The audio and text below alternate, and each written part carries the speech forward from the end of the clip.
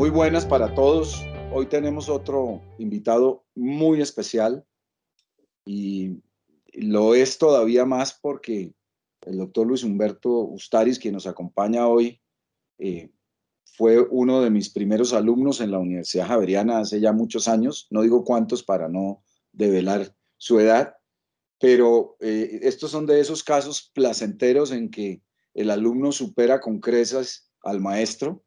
Luis Humberto es un abogado especializado en derecho financiero, derecho bancario, mercado de capitales, mercado de valores. Es sin duda, él es muy modesto, pero yo estoy absolutamente convencido de que es una de las personas que más maneja este tipo de temas a nivel profesional. Es uno de los abogados más prestigiosos en esta materia, más buscados, y por ende agradecemos mucho el tiempo que hoy nos dedica con tanta generosidad el doctor Ustaris. Él es abogado de la Universidad Javeriana, como ya dije.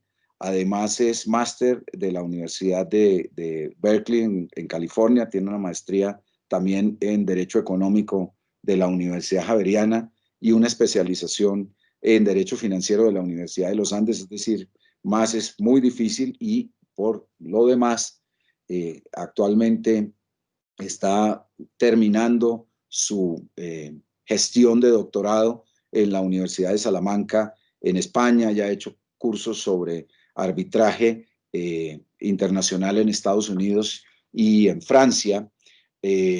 Además de eso, cuenta con una experiencia profesional que ha sido enriquecida, bueno, ahora porque ya está construyendo, o mejor, tiene una firma de abogados absolutamente consolidada, pero que surge también de una experiencia previa en el sector financiero, en donde en las más importantes entidades del país ejerció bien como secretario general o bien como vicepresidente jurídico. Es decir, que nos va a brindar hoy toda una experiencia que es absolutamente maravillosa. Bienvenido, doctor Luis Humberto Ustaris. Usted además es profesor de la Universidad Javeriana también desde hace muchísimos años. Tiene un ejercicio ya muy dilatado de la profesión y también de la cátedra, o sea que pues es como compartir un café en la casa nuestra, que es la Casa Javeriana. Muchas gracias de nuevo, doctor Luis Humberto. Bienvenido a este curso. Doctor Juan Carlos, pues lo primero es agradecerle la generosidad de sus palabras. De verdad, el honor es al contrario, el honor es completamente mío poder estar aquí al lado suyo. Usted no solamente ha sido mi profesor, sino que también he tenido el gusto de que profesionalmente hemos compartido, y usted nos ha asesorado a nosotros en muchos de los temas que inquietan el derecho penal económico. Y siempre, gracias a Dios, con excelentes resultados. Entonces, para mí, la verdad, el honor es total poder estar en este espacio con usted y poder compartir con sus alumnos algunos temas desde el punto de vista del derecho financiero y la integración con el derecho penal económico. Muchas gracias, Luis Humberto. Pues entrando en materia, yo siempre planteo un poco la contradicción, eh, digamos, a nivel de mundos entre el derecho penal y el derecho financiero, porque si hay aspectos en el ejercicio de la profesión que son sofisticados y glamorosos, pues están fincados en el derecho financiero. Y siempre pongo el ejemplo de cómo se ejerce la profesión en unos ambientes tan diferentes, porque mientras usted va a almorzar al club de banqueros, a nosotros los penalistas generalmente nos toca contentarnos con una empanada a la salida de la Modelo o de la Picota. A lo largo de la historia, pues es claro que el derecho financiero ha estado ligado al derecho penal, básicamente porque implica el ejercicio de una serie de condiciones de fidelidad respecto del mandato. Generalmente el banquero, a pesar de que se tiene la idea de que son personas con muchos recursos de capital, y así debe ser además, pero una buena parte de los recursos que manejan pertenecen a terceros, entonces está siempre de por medio la confianza pública en el manejo de esos recursos y ese mandato general que conlleva siempre o que subyace siempre al ejercicio ortodoxo y adecuado de la banca. Y en esa medida, cuando se pierde esa confianza, muchas veces nos encontramos de lleno con el derecho penal, aún en este caso clamoroso del ejercicio de esa actividad tan importante como es la actividad financiera. Yo sostengo, y me gustaría oír su opinión sobre ese particular, que en el fondo, mucho más que, digamos, el sistema financiero, que es un poco el título o el epígrafe del título correspondiente, del capítulo correspondiente a los delitos contra el sistema financiero, dentro de los delitos contra el orden económico-social, dentro del título de los delitos contra el orden económico-social. Lo que subyace ahí me gusta mucho porque estaba más identificado dentro de la legislación original de este tipo de delitos, pues es lo que se protege realmente es la confianza pública en el sistema financiero, más que el sistema financiero en su conjunto, que tiene muchas formas diferentes de protección más allá del derecho penal y mucho más, digamos, es un título demasiado ambicioso y que abarca demasiado dentro del epígrafe, pues por la misma pretensión, por la misma razón de ser del derecho penal, que es una razón de ser restrictiva, de mínima intervención, de mínima expansión. Pero aquí estamos, ciertamente tenemos ya un estatuto que ha sido replicado en algunas legislaciones de países latinoamericanos a partir de nuestra experiencia, no con el detenimiento, ni tampoco con las particularidades que no son, digamos, propias de nuestra historia del derecho penal financiero, pero que ciertamente, sin duda, es una realidad. Doctor Luis, ¿qué nos podrías contar sobre ese particular, un poco cómo adentrarnos por la vía del orden económico-social en la protección de la confianza pública en el sistema financiero o del sistema financiero en sí mismo? Pues doctor, yo le comento varios temas de todo lo que usted ha señalado. Lo primero, pues que todos sabemos que desde el punto de vista constitucional, el artículo 335 de la Constitución es claro en que cuando se va a ejercer actividad financiera, bursátil y aseguradora, está de por medio el interés público. Yo pienso que ese es un tema muy importante para ponerlo de presente. Luego, cuando uno mira también desde el punto de vista constitucional, el artículo 189 de la Constitución, los numerales 24 y 25, que hace referencia a las facultades que tiene el presidente de la República como cabeza del Ejecutivo, allí le señalan que el presidente tiene también la potestad de entrar a reglamentar en materia financiera, bursátil y aseguradora de acuerdo con la ley. ¿Para qué? Para proteger otra vez ese interés público. Ahora, centremos ese tema constitucional con el tema financiero. Cuando uno mira el tema financiero, uno podría decir, ¿quién protege la confianza pública? Que es lo que usted ha venido resaltando.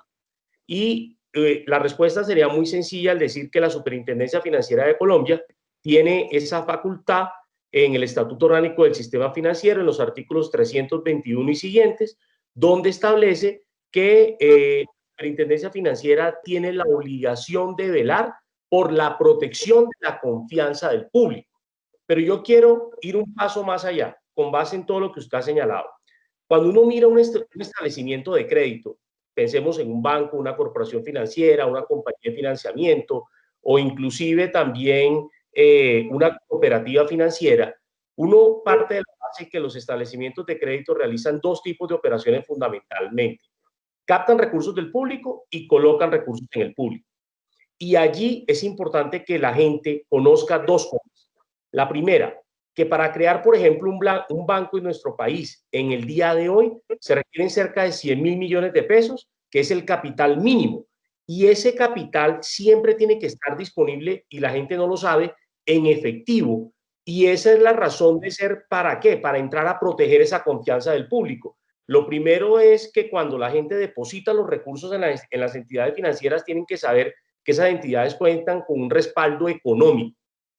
Entonces, primer tema, un establecimiento bancario, capital mínimo disponible en efectivo, en recursos en el público, de 100.000 millones de pesos.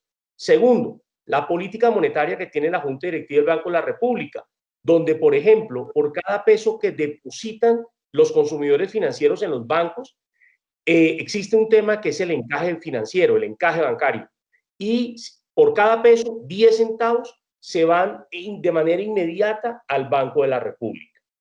Lo tercero, doctor, que es clave en todo esto son las medidas prudenciales. Esas medidas prudenciales, ¿cómo se atacan? Se atacan de la siguiente manera. Un banco, y todos sabemos el concepto del multiplicador bancario, un banco no puede entrar a prestar todo lo que recibe. Entonces, es importante que la gente sepa que eso tiene una ecuación. Esa ecuación se conoce como la ecuación de patrimonio técnico. ¿Qué significa eso? Que por todos los recursos que tiene el banco, la superintendencia financiera le establece a uno una ecuación que es patrimonio técnico es igual a patrimonio básico más patrimonio adicional en el numerador, y abajo en el denominador están los riesgos que se están asumiendo, que fundamentalmente tenemos el riesgo de crédito y el riesgo de mercado, y también, de acuerdo con Basilea III, el riesgo operativo. ¿Por qué le estoy señalando esto? Por lo siguiente. Esa ecuación, el resultado de eso, debe dar un número que es un número mágico, que es el 9% del patrimonio técnico. Hoy en día, a partir del próximo año, ese 9% va a pasar a ser un 10%.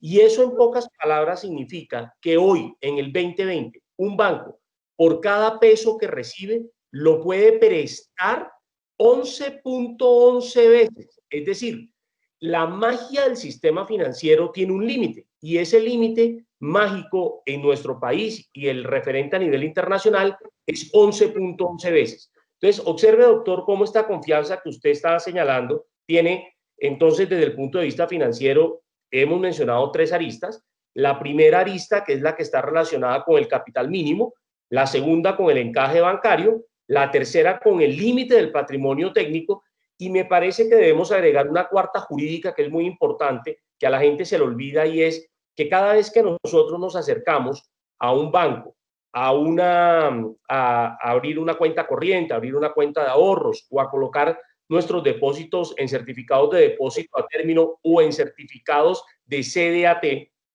cada vez que nosotros hacemos eso, esos recursos jurídicamente dejan de ser nuestros temporalmente y se vuelven propiedad del banco.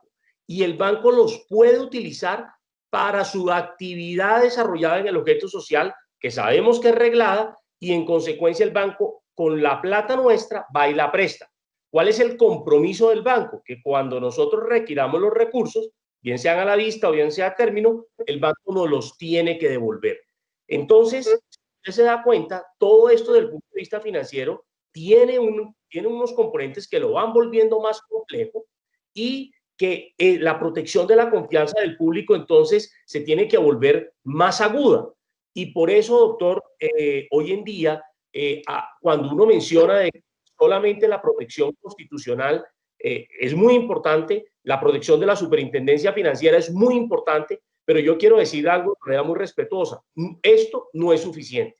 No es suficiente porque como los banqueros pueden manejar la transformación del dinero en el tiempo, entonces comienzan a aparecer otra serie de temas que se vuelven muy relevantes, como por ejemplo el riesgo de liquidez. El riesgo de liquidez es fundamental porque la liquidez es tan importante para una institución financiera que todos sabemos que si uno va a un banco y no le dan los recursos de manera inmediata, como el famoso ejemplo de lo que trató de pasar en Colombia con el Banco de la Vivienda en su momento, en ese famoso correo electrónico, que usted debe conocer el caso mucho mejor que yo. Planteamos incluso a nuestros alumnos, Lucho, como ejemplo de la tipificación del delito de pánico económico, la actual. Perfecto. En ese caso, fíjese usted lo mira desde el punto de vista penal en la tipificación del pánico económico, y yo lo miro desde el punto de vista del derecho financiero, cuando la Junta Directiva del Banco de la República dice vamos a darle toda la liquidez que requiere el Banco de Vivienda para que todo aquel que quiera sus recursos la tenga. Ese tipo de medidas que cada vez se vuelven más especializadas, doctor, son donde uno hoy en día debería focalizar los esfuerzos para que esa confianza del público de verdad sea absolutamente protegida. Y se han hecho muchos temas desde el punto de vista técnico, pero sin embargo, pues con todos los temas que vemos que pasan a diario en nuestro país y que usted conoce mucho mejor que yo porque los vive directamente, pues vemos que a veces no son suficientes. Luis, una pregunta desde mi perspectiva, que no es propiamente la del derecho financiero, sino la del penalista, pero ya aprovechando esa mención de enfoque constitucional que le has dado al tema, digamos, desde afuera uno puede ver entonces, digamos, dos perspectivas del manejo financiero. Una como, digamos, su función básica, que es la de la intermediación en el mercado del dinero, pero también, y esa me interesa conocer mucho la perspectiva especializada de tu parte, como un servicio público, es decir, más que un negocio, la banca tiene un enfoque hacia ese aspecto, o eso ya es una cosa trasnochada, doctor Luis Humberto, de esas viejas sentencias de los años 60, o todavía tenemos esa perspectiva. ¿Cómo funciona eso? Bueno, yo le voy a contar un poco. Yo no pienso que sea un tema trasnochado. De hecho, le quiero contar que recientemente en un libro que yo saqué sobre el fraude electrónico en materia financiera, pues desde el punto de vista de la responsabilidad civil, no desde el punto de vista penal, que ese es su campo sin duda. Uno de los temas que tocamos allí era precisamente si la banca pública, perdón, en términos generales, puede, aparte del interés público, puede ser categorizada como un servicio público. Le voy a contar, hay una tesis de grado de doctorado de la Universidad Externado de Colombia, del doctor Luis Fernando López Roca, donde ese es el eje central de su tesis de doctorado. Y allí se analizaron varias sentencias de la Corte Constitucional y le cuento, son sentencias muy recientes y muy actualizadas sobre el tema. Y yo le quiero decir en lo personal mi perspectiva es que la actividad como tal, la financiera, la bursátil y la aseguradora, sin duda son de interés público, como lo señala la Constitución y como lo han desarrollado sendas sentencias de la Corte Constitucional. Pero yo pienso que no hay una separación entre que sean de interés público y que la actividad como tal también sea categorizada como un servicio público. Sin duda, y a mí no me cabe la menor duda, de que la actividad financiera, bursátil y aseguradora constituyen per se un servicio público. Es más, yo me atrevería a decir algo que la Constitución nos ha obligado a desarrollar y que en Colombia no lo hemos hecho, y yo diría que la actividad financiera, bursátil y la aseguradora es un servicio público esencial. Fíjese usted, doctor, un tema en esta pandemia, algo que se ha tratado de proteger desde el principio, aparte de la salud de todos los colombianos, es que todos los colombianos tengamos acceso a los servicios de la banca.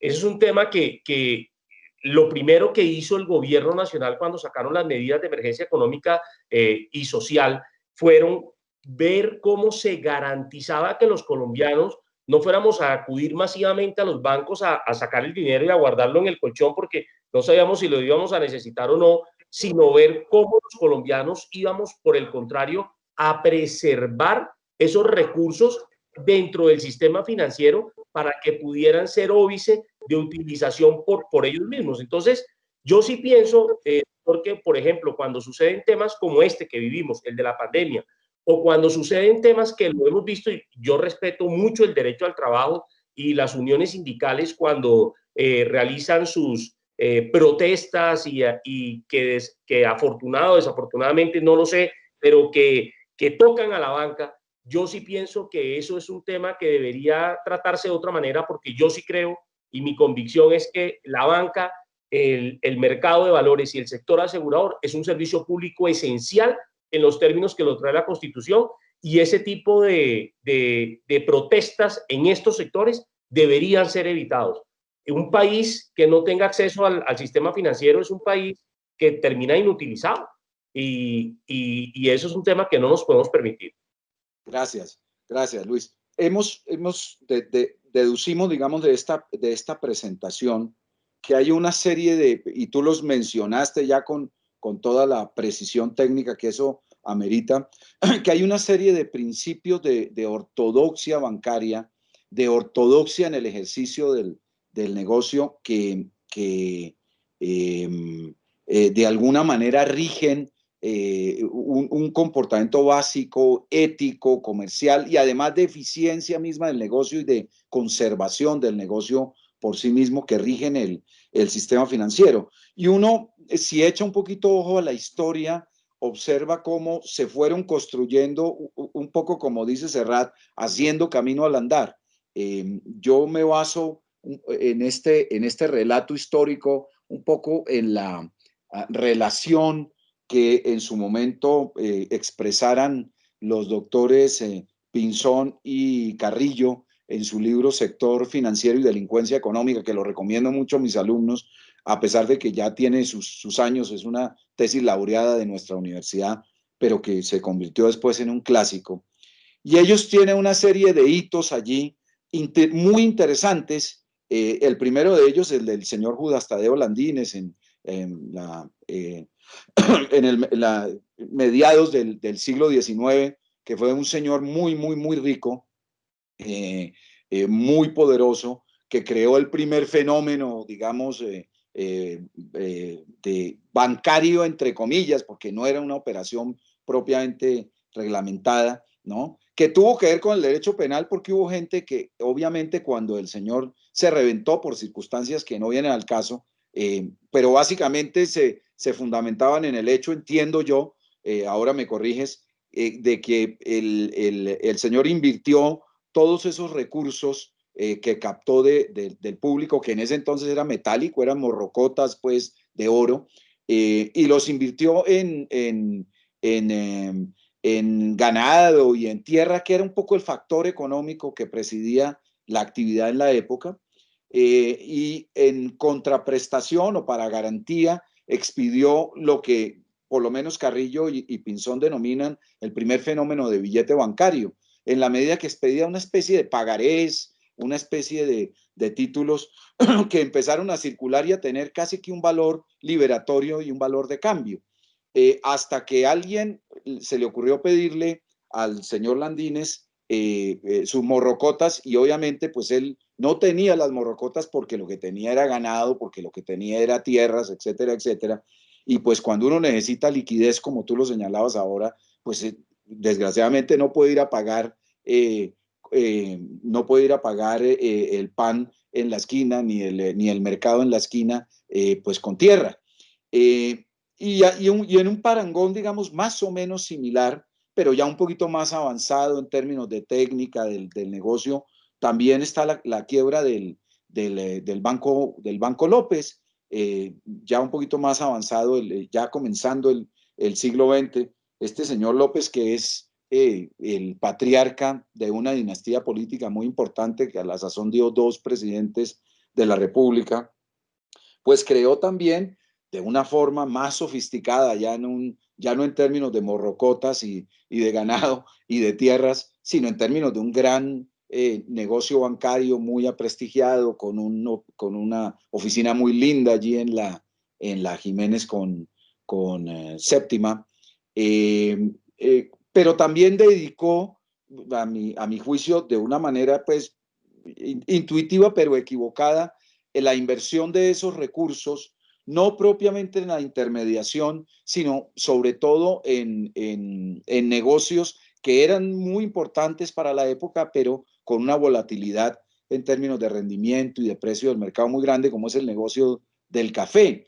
Entonces, lo que uno interpreta, y yo me acojo pues a tu opinión, es que cuando el banquero comienza a salirse de esos principios de ortodoxia bancaria, cuando yo tengo una frase que se la comento siempre a mis alumnos que es una frase pues de señora, ¿no? Dice zapatero a tus zapatos. Cuando el zapatero deja de dedicarse al negocio, empieza a dañarse el negocio y entonces hay que establecer unas normas mínimas digamos, para llevar ese negocio a su cauce original. Y esas normas mínimas, y tú me corriges, Luis, podrían ser las establecidas en las leyes 23 y 45 del 23, y básicamente la gran actividad y la importante actividad de la misión Kemmerer en Colombia, que fue la que organizó tanto el Banco de la República como nuestro sistema monetario, como la organización del sistema financiero. Yo digo, ese es el conjunto básico y es un poco lo que nos guía incluso hasta ahora. Es decir, estamos hablando desde el siglo XIX, pasando por los años 20 en Colombia, pero es que a mi juicio es un poco la inspiración de estas normas básicas a las cuales, de normas de derecho penal a las cuales nos vamos a referir en esta charla. ¿Qué opinas tú de esa introducción y qué más aportes sobre esa materia nos puedes hacer, Luis? Pues, doctor, le comento, usted ha tocado dos ejemplos que son íconos en el sistema financiero. Sin duda, esa primera gran quiebra de Judas Tadeo Landinés, que como usted bien lo anotó, sobre él se ha reseñado mucho en esta tesis de grado laureada del doctor Pinzón y del doctor Carrillo. Hay un libro también, de hecho hay dos obras que son referentes sobre lo misma, que hacen referencia al tema de la historia del Banco de la República y cómo eso empata con el Banco López, que usted bien lo trae a colación, y cómo eso empata también con la creación del Banco de la República como tal y de la estructura del sistema financiero en Colombia. Yo quiero simplemente complementar un poco lo que usted ha señalado de Judas Tadeo Landinés. Hay un tema anecdótico también, y es que el señor era un empresario que invirtió no solamente en tierras y ganado, sino que invirtió en acciones del ferrocarril de Antioquia. Entonces, porque era, pues claro, tenía, como usted bien lo señala, todo el tema de las morrocotas de oro y también de plata de las personas que se las depositaron, y él vio allí una oportunidad de negocio. Y precisamente cuando le fueron a reclamar los recursos, pues ya no los tenía, como usted bien lo anotó. Y ahí se presenta el primer gran problema. En cuanto al tema del Banco López, hay un libro del Banco de la República que trae una anécdota que es bien particular, que la quiero aprovechar para compartirla con usted. Y es que se acerca un señor a las oficinas del Banco López sobre las 11:57 de la mañana. El banco lo cerraban a las 12 del día y pide el cambio de un cheque, y el cajero sencillamente le cierra la ventanilla y le dice, pues ya se acabó el horario financiero y pues volveremos en la tarde. Y el señor se fue absolutamente molesto, y resulta que el señor era nada menos y nada más que el telégrafo de la antigua Santa Fe, Bogotá. Y todas las personas que fueron a colocar telegramas entre las 12 y haga de cuenta de las 2, 3 de la tarde, el señor estaba malhumorado diciendo, sí, sí ve lo que me pasó, ¿no? Fui al Banco López y no me cambiaron el cheque. Y eso lo que terminó sucediendo es que eso se esparció como pólvora en Santa Fe, Bogotá, y la gente acudió al banco a reclamar los recursos, y ningún banco, ni en Colombia, ni en Estados Unidos, yo creería que ni en la misma China tan poderosa, si todos los depositantes van al mismo día, al mismo tiempo a recuperar los recursos, ahí van a estar los dineros. Porque el tema de confianza que mirábamos al comienzo se vuelve un tema fundamental. Y en ese orden de ideas, pues no le pudieron devolver. Lo que terminó sucediendo es que en ese Banco López, pues no le pudo devolver los recursos a todo el que fue a buscar la plata. Pero se complementa eso con lo que usted anotaba. Esa circunstancia del Banco López, que pasa precisamente en el año 23, de hecho pasa en el año 22 para ser exactos, es lo que genera que el presidente de la época, Pedro Nel Ospina, diga, oiga, vamos a traer acá a este profesor Walter Edward Kemmerer de la Universidad de Princeton, que además le doy otra anécdota, le pagaron $100.000 de la época, que no estaba mal para, yo me imagino, para el año 23, para dejarnos no solamente la ley 25 del año de 1923, que fue la ley que creó el Banco de la República, para dejarnos también la ley 45 del año 23, que inclusive que fue con la que estudiamos nosotros en la universidad, que fue la que organizó el sistema financiero. Y si uno mira esa ley, doctor, uno se da cuenta de algo. Si usted coge la ley 45 del 23 y coge la ley financiera del Estado de Nueva York, que ya venía, que databa de 1895 del Estado de Nueva York, son calcadas. O sea, Princeton, este señor Kemmerer lo que hizo fue básicamente trasladarnos, guardadas las debidas proporciones, un buen copy-paste de la ley del Estado de Nueva York que ya estaba vigente para la época y nos las trasladó a nosotros. Pero yo quiero agregar algo aquí. Walter Edward Kemmerer, porque uno siempre lo ubica con el sistema financiero, a mí me parece que hizo algo maravilloso que a la gente se le olvida. Esos $100.000 yo creo que valieron la pena haberlos pagado, porque nos dejó la ley de títulos valores, que a nosotros se nos pasan. Esa la hizo Walter Edward Kemmerer también. Y nos dejó el funcionamiento del registro inmobiliario que tenemos hoy en día en nuestro país. Ya han pasado, vamos a cumplir 100 años y seguimos funcionando con el mismo mecanismo del registro inmobiliario que nos dejó Walter Edward Kemmerer. Entonces, de pronto esos $100.000 que pagamos en su momento no fueron tan mal pagos. Pero, doctor, de todo esto, vale la pena rescatar algo.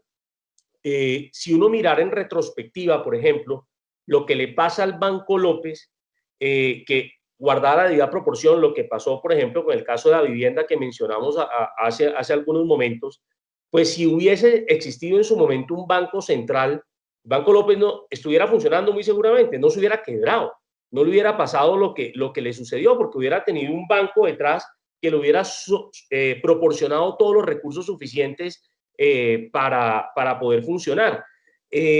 Pero además quiero agregar... Luis, dicho sea de paso, muchos de los bancos actuales o algunos de los más importantes, como por ejemplo el Bancolombia o el Banco de Bogotá, son en su fundación anteriores al Banco López. Lo que dices es muy pertinente porque realmente todos estos bancos son de finales del siglo XIX. Luego algo hay allí que motiva que estas sean instituciones centenarias, ¿no? Sí, señor, sí, señor. Y era algo que quiero anotar también, doctor, con base en lo que usted ha dicho, y es esto, y es parte digamos, de la magia que también nos ofrece la regulación, es que eliminamos el famoso patrón oro, al cual usted hizo mención con el tema de Landines, porque es que el tema del patrón oro desaparece en Colombia precisamente en el año de 1923 y desaparece por dos circunstancias. Uno, porque ya tenemos el Banco de la República que comienza a emitir billetes, el famoso peso colombiano, no sé si se acuerda de esa expresión, peso convertible en oro. Claro. Y hay algo que los alumnos, es que ya uno lo va cogiendo el tiempo, a los alumnos de pronto no se acuerdan, pero un exministro de la República, que además es por aquí vecino mío, el doctor Fernando Londoño, llegó y demandó, yo no sé si usted se acuerda de esa demanda, primero ante el Tribunal Contencioso Administrativo de Cundinamarca, y luego el tema terminó en el Consejo de Estado. Demandó al Banco de la República para exigirle al banco que le convirtieran un billete de 20 pesos en su peso en oro, que fue lo que propició que en Colombia terminaran cambiando los billetes. Sí. Por eso los billetes ya no tienen hoy en día peso en oro. Claro, claro. Lo tratamos un poco con nuestros estudiantes en el tema de la falsedad monetaria, ¿no? De cómo el problema es un problema más de confianza, de pacto social en lo económico que de lectura de los propios billetes. Qué bueno que lo traes a colación, Luis. Ah, bueno, me encanta y cuando quiera podemos compartir ese par de sentencias, la del tribunal y la Muchas del gracias. Consejo de Estado, porque Sí, al final le dicen al doctor Londoño, de manera muy respetuosa, le dicen, vea, el hecho de que los billetes dijeran el peso en oro no significaba que el Banco de la República estuviera obligado a devolverle el mismo peso en oro, sino era el tema de la liberalidad que tenían los billetes como tal, y ahí es donde aparece ese famoso concepto que es muy importante no solamente para el sistema financiero, sino para todos los derechos que funcionan en nuestro país, todas las ramas del derecho, y es el tema de que el peso es la única moneda en Colombia que tiene el poder liberatorio en moneda legal.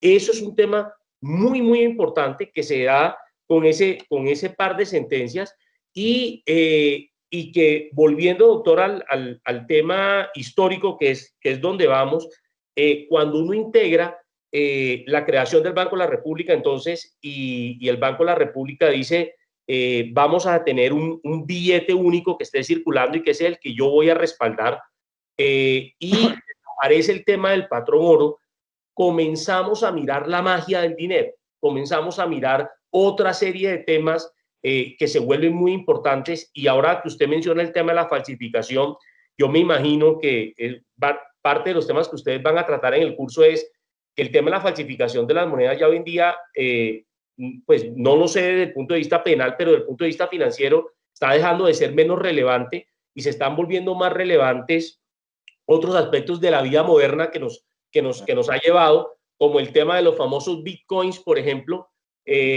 o como el tema de los fraudes electrónicos, que en esta pandemia además se ha multiplicado casi que 1000% en lo que venía sucediendo normalmente.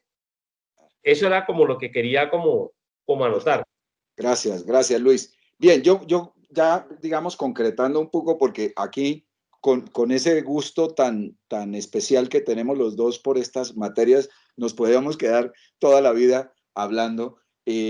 Pero yo quisiera concretarlo un poco en términos históricos, en la relación del derecho financiero con el derecho penal, que es que es una vinculación que surge de manera directa en los años 80, en los comienzos de los años 80. Y yo tengo un diagnóstico sobre el cual me gustaría conocer tu opinión, que es la siguiente. Lo primero, que además creo que se parece mucho a crisis posteriores a este escenario que yo voy a comentar. Una crisis de recesión mundial en los años 80, básicamente el control de los precios del mercado a partir de la fundación de la OPEP, de los precios del mercado del petróleo, a partir de la fundación de la OPEP, que creó una recesión mundial, porque era un mundo basado en su actividad productiva, en el manejo del petróleo. Y el petróleo era relativamente abundante y el precio controlado por las grandes potencias. Resulta que la OPEP se les paró enfrente y dijo, no señor, el precio ahora lo ponemos los productores y los productores somos hasta ese momento tercer mundo, etcétera, etcétera, países árabes, etcétera, etcétera. Entonces se crea una crisis energética brutal en el mundo eh, que obviamente pues afecta el conjunto de la economía, que crea una recesión por efectos de esa contracción, digamos, de la oferta en el petróleo, que era básicamente la vena o la proteína propiamente dicha de la economía, ¿no es cierto? Y en Latinoamérica surge un fenómeno que es bien interesante, y es que la Latinoamérica de los 80, si tú lo recuerdas, bueno, eras un niñito, pero has leído mucho de historia, pero has leído mucho de historia, y Latinoamérica en los años 80 era un cúmulo de dictaduras, con excepción de muy pocos países, entre ellos Colombia. Brasil era una dictadura, Bolivia era una dictadura, Perú era una dictadura, Chile, por supuesto, era una dictadura, Argentina, Uruguay, Panamá, etcétera, etcétera. Y las dictaduras son faraónicas en lo que hacen, ¿no es cierto? Son faraónicas en todo, realmente ese es el gran problema de las dictaduras, que no tienen ningún control. Y digamos, el sello distintivo de las dictaduras son es la realización de grandes obras públicas. Y si uno mira todas esas autopistas que hoy sirven a los diferentes países en Latinoamérica, generalmente fueron construidas por la dictadura, como quizás las nuestras también, las últimas obras grandes que se hicieron en la dictadura del general Rojas Pinilla. No es que yo esté de acuerdo con las dictaduras, ni mucho menos, pero digamos es un sello distintivo, lo estoy poniendo de manifiesto. Pero las dictaduras, para realizar esas obras faraónicas, se apoyan en la deuda pública, ¿no? Porque, o en la emisión, cualquiera de las dos, que es un punto gravísimo. Y eso crea una situación de inflación y de falta de control de la oferta monetaria. Tú que conoces muchos más de esos temas. Entonces, estamos ante una circunstancia, pues, muy difícil, porque es un mundo globalizado en recesión por la crisis energética. Y paralelo a eso, una inflación descontrolada por la crisis o por la falta de control de la oferta monetaria, lo que genera la aplicación de una serie, digamos, de medidas que son de contracción de la oferta monetaria. Tú has mencionado algunas de ellas que se hacen, digamos, en protección del negocio bancario, pero algunos también como mecanismo de control de la oferta monetaria, el encaje bancario. Y eso, la inflación genera, salvo en Venezuela, por razones que realmente son muy difíciles de entender, que los gobiernos se caigan. No hay gobierno que pueda manejar una inflación descontrolada. Termina cayéndose finalmente, o por lo menos en los años 80 se empezaron a caer las dictaduras. Y el mecanismo que se empleó en Colombia, o parte de los mecanismos de control de la oferta monetaria, nosotros llegamos a tener unas tasas de inflación altísimas del 50, 60, 70% anuales, que eran, A la gente hoy se en le día olvida nos eso, pero parece, eso lo ¿no? vivimos en los años 90, inflaciones Lo del vimos en 50. los años 90. Entonces, uno de los mecanismos era controlar, digamos, la liquidez de las entidades financieras vía encaje y vía otras herramientas, de tal manera que el banquero, es mi diagnóstico, Luis, pero yo creo que el banquero en el año 80 se encontró en disposición de una cantidad de liquidez que no podía colocar en el mercado, ¿no? Y con una serie de mecanismos como los fondos de inversión de la época que permitían que que el banquero pudiera llevar esos recursos a otros sectores de la economía, que en lugar de colocarlos los invirtiera, por ejemplo, en acciones de otra compañía. Es decir, convirtieron el sector financiero en un factor de control societario del sector real de la economía, ¿no? No era lo que se quería, pero fue el resultado final. Y eso se convirtió en una especie de bola de nieve que se convirtió también después en una avalancha en la medida en que el banquero, provisto de esos recursos, además vio que su posibilidad como banquero era bien interesante en términos de adopción de deuda privada externa, endeudarse en dólares para completar esos mecanismos, digamos, de especulación y de toma de control hostil de empresas del sector real de la economía. Se convirtió en ese factor hasta que llega el gobierno del doctor Belisario Betancur en los años 80, comienzo de los años 80, y en el año 82 se encuentra con un escenario bastante complejo, ¿no? Y esto es una serie de entidades financieras endeudadas con el exterior, y esos recursos tomados para invertirlos en acciones. Esas mismas entidades financieras habían concentrado toda la capacidad de crédito en unas pocas personas, y esas pocas personas curiosamente eran los mismos accionistas de la entidad, y además para liberarse de esos mecanismos previstos desde la misión Kemmerer de las leyes 25 y 45 del año 23, habían creado las propias entidades financieras mecanismos de captación paralela, lo que hacía que el sector financiero fuera una especie de globo a punto de reventar, con un aditamento que es mi juicio, digamos, histórico, para validar contigo, en el sentido de que el detonante de todo esto fue la presión del gobierno americano para que se pagara la deuda privada. Nosotros no éramos no éramos un país endeudado sustancialmente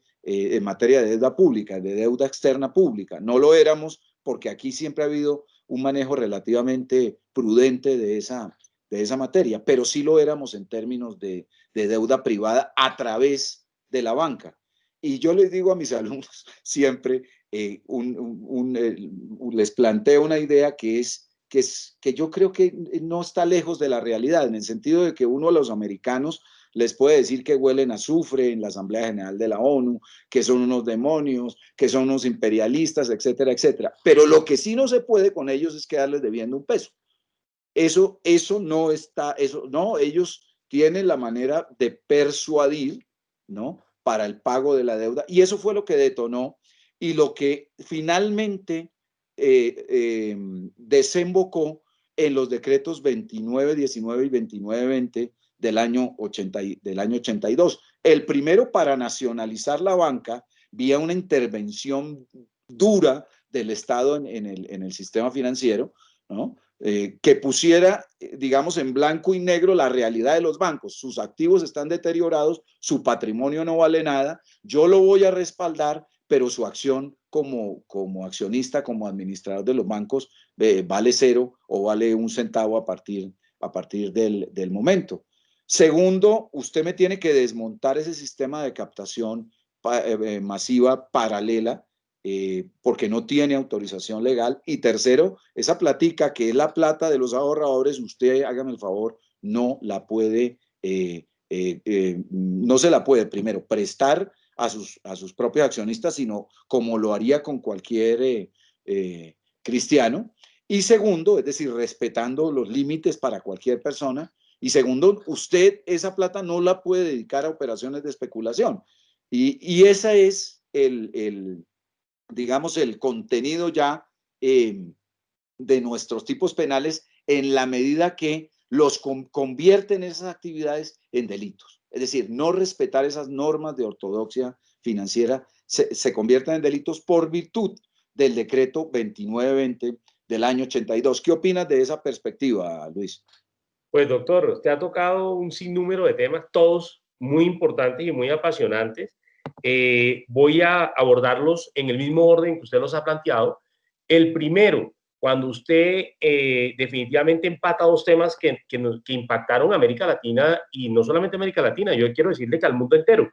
El tema de la crisis energética de los años 80, que viene con la famosa crisis del petróleo del año exactamente de 1974, cómo compagina eso con los grandes préstamos de recursos que hicieron los países desarrollados a países en América Latina, cómo empata eso con el tema político, porque le quiero decir que todos esos ingredientes, desde el punto de vista financiero, generaron una institución que todavía tenemos hoy en día, y es el famoso Comité de Basilea en Supervisión Bancaria. El Comité de Basilea en Supervisión Bancaria surge por todos estos elementos que usted menciona, porque se dieron cuenta los grandes bancos a nivel internacional que no bastaban las medidas y las leyes que tenían los países en su momento, sino que había que procurar por hacer un mecanismo que fuera mucho más prudencial frente al manejo de la banca en su momento. Y eso surge a raíz de todos estos temas que usted ha venido tocando. Ahora, a la gente se le olvida, y pues uno afortunadamente no lo vivió, y usted lo ha dicho claramente, y es que a los países desarrollados, cuando les tocan el tema económico, eso para ellos es un tema gravísimo. Hay un famoso libro que se llama La Bolsa o la Vida, que muestra cómo los ingleses parquearon sus naves en Buenos Aires para cobrar la primera emisión de bonos de los argentinos. Y aquí, de manera muy respetuosa con nuestros hermanos del sur, podemos decir que Argentina no ha pagado ni siquiera la primera emisión de bonos. O sea, es un país que nació en default, nació incumplido y aún permanece incumplido. Pero bueno, ese es otro tema. Eso es lo Pero primero. hay un ejemplo, Luis, que es un par de destructores americanos entrando en el Golfo de Maracaibo, para nosotros Golfo de Coquibacoa, en los años 60 para cobrar también una platica ahí que debían, ¿no? Y Sí, bueno, se diga de Guatemala, Centroamérica, en fin. no, de acuerdo, de acuerdo, de acuerdo. El tema de cobrar por la fuerza es un tema que ha estado siempre a lo largo de la historia. Ahora, doctor, otro tema importante acá. de lo que usted menciona, y es cómo las mismas leyes que había en ese sistema financiero, lo que usted dijo es absolutamente cierto, terminan incentivando que los mismos banqueros de la época terminaran controlando las empresas del sector real. Y creo que todo eso, y usted lo conoce, por dicho, si hay alguien que conozca en ese país ese tema es usted, creo que todo eso es lo que lleva a la famosa formación de lo que hoy en día conocemos como el Grupo Empresarial Antioqueño, y es ese cruce de acciones, que es ese enrocamiento, llamémoslo así, que se da entre ellos mismos para protegerse de lo que los doctores Jorge Pinzón y Fernando Carrillo llaman en su obra que usted ya la mencionó, de la falta de profesionalismo en su momento de los banqueros y particularmente de uno frente a la utilización de los recursos del público. Y eso es lo que genera este famoso tipo penal del 2920 del año 82 de captación masiva y habitual, que ha venido teniendo un desarrollo, pues no solamente en el Código Penal, sino con todo lo que ha venido pasando hoy en día, que lo conocemos de primera mano, porque pasamos el tema de las pirámides que hicieron que el gobierno desarrollara unos mecanismos mucho más expeditos para poder atacar estos fenómenos, y que hay que decir algo muy importante para los alumnos hoy en día, y es que uno cree que el tema de la captación masiva habitual es un tema de la Superintendencia Financiera de Colombia, y no, la Super todavía vigila, pero el responsable de este tema hoy en día es la Superintendencia de Sociedades, y ahí hay un cambio muy importante, y vemos cómo los últimos dos superintendentes de sociedades les ha tocado lidiar con un tema muy complejo, y es uno, el tema de los esquemas multinivel, que lo vimos todo el desarrollo que el doctor Francisco Reyes hizo en la Superintendencia de Sociedades para poder abordar este tema y poder darle una dinámica a ese negocio que estuviera dentro del marco de la ley. Y el otro, el tema de las famosas operaciones de factoring, que fueron muy famosas por parte de algunas empresas que terminaron también siendo investigadas por super sociedades. Lo que no sé es qué ha sucedido allá en la fiscalía digamos, con todos esos temas. Pero esos dos asuntos, sin duda, son un desarrollo de más actualizado, llamémoslo, de lo que usted planteaba, que fue la génesis de todo este delito. Ahora, un comentario importantísimo desde el punto de vista del derecho financiero es que a raíz de ese famoso decreto 2920 del año 82 se genera en Colombia la prohibición absoluta de que los establecimientos bancarios pudieran utilizar los recursos del público para prestarlos en operaciones de compraventa de acciones de empresas del sector real. Eso es un tema muy importante. Pero, doctor, yo creo que es importante también contarles que se han presentado dos grandes excepciones en materia financiera que vale la pena destacar.